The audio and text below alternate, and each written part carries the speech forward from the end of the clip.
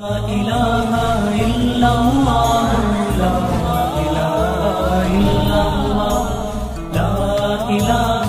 الا اللہ۔ مولانا الیاس صاحب علیہ الرحمہ کی زبان میں لکنت تھی اور مولانا الیاس صاحب کو کسی لفظ کے نکالنے میں زبان سے 6-7 مرتبہ تکلف کرنا پڑتا تھا۔ میرے شیخ نے نقل کر کے بتایا، میں نے بھی رات دیکھا اور سنا کہ میوات کا لفظ بولنے کے لیے یوں کہتے تھے، میوات کہتے تھے۔ ایسے نادر، کمزور اور لکنت والی زبان کے اللہ کے ولی کو اللہ کے نبی صلی اللہ علیہ وسلم نے اس دین کی اس قرب قیامت کے زمانے میں منتخب کیا، اور آج یہ دعوت کا اتنا بڑا نظام پوری دنیا کے چپے چپے میں جو نظر آ رہا ہے، اس کی ابتدا اللہ نے اپنے اس ولی سے حضرت مولانا الیاس صاحب علیہ الرحمہ سے کیا، اور اللہ کے نبی نے حکم فرمایا کہ مولوی الیاس ہندوستان جاؤ اور تم سے اللہ تعالیٰ کام لے کے، اللہ کام لینے والے ہیں۔ شیخ الہند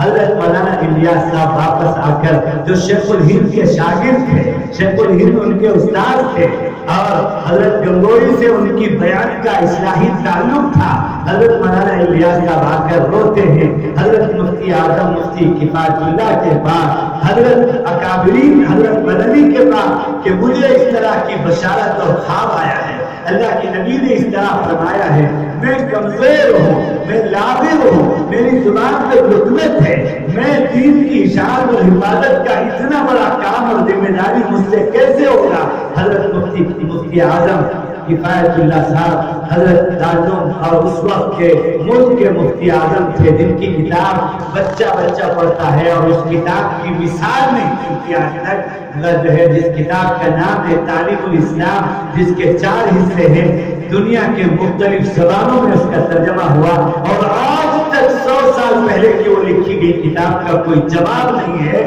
حضرت مفتی اعظم مفتی کفایت اللہ صاحب نے اللہ کی طرف متوجہ ہو کر مراقبے کے بعد الہامی طور پر فرمایا، مولانا الیاس صاحب اللہ کے نبی صلی اللہ علیہ وسلم کے اس جملوں پر حکم پر غور کیجئے۔ اللہ کے نبی صلی اللہ علیہ وسلم آپ سے یہ نہیں فرما رہے ہیں کہ مولوی الیاس جاؤ ہندوستان میں دعوت کا کام کرو، کیوں نہیں کرتے، یہ نہیں فرما رہے ہیں، بلکہ یہ فرما رہے ہیں کہ مولوی الیاس آپ ہندوستان جاؤ، اللہ آپ سے دین کی اشاعت اور حفاظت کا کام لے گا۔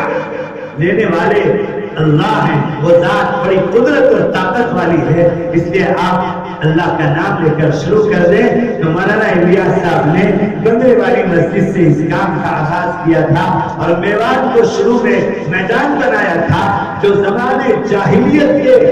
کا منظر پیش کرتا تھا۔ حضور سے پہلے حضرت عیسیٰ کے بعد جو 550 سال کا زمانہ فطرت کا تھا، جس کو دور جاہلیت کہا جاتا ہے، جہاں انسان سے انسانیت نکل کر انسان حیوانیت کے فہرست میں شمار ہوتا تھا، وہ زمانہ میوات میں تھا، اور حضرت مولانا الیاس صاحب نے الہامی طور پر اس کو میدان بنایا ابتدائی طور پر، اور میرے شیخ نے اس زمانے میں 17 سال تک حضرت مولانا الیاس صاحب کے ساتھ کام کیا تھا، اور رات و دن سفر و حضر میں ساتھ رہتے تھے۔ اور میرے دوستوں، حضرت مولانا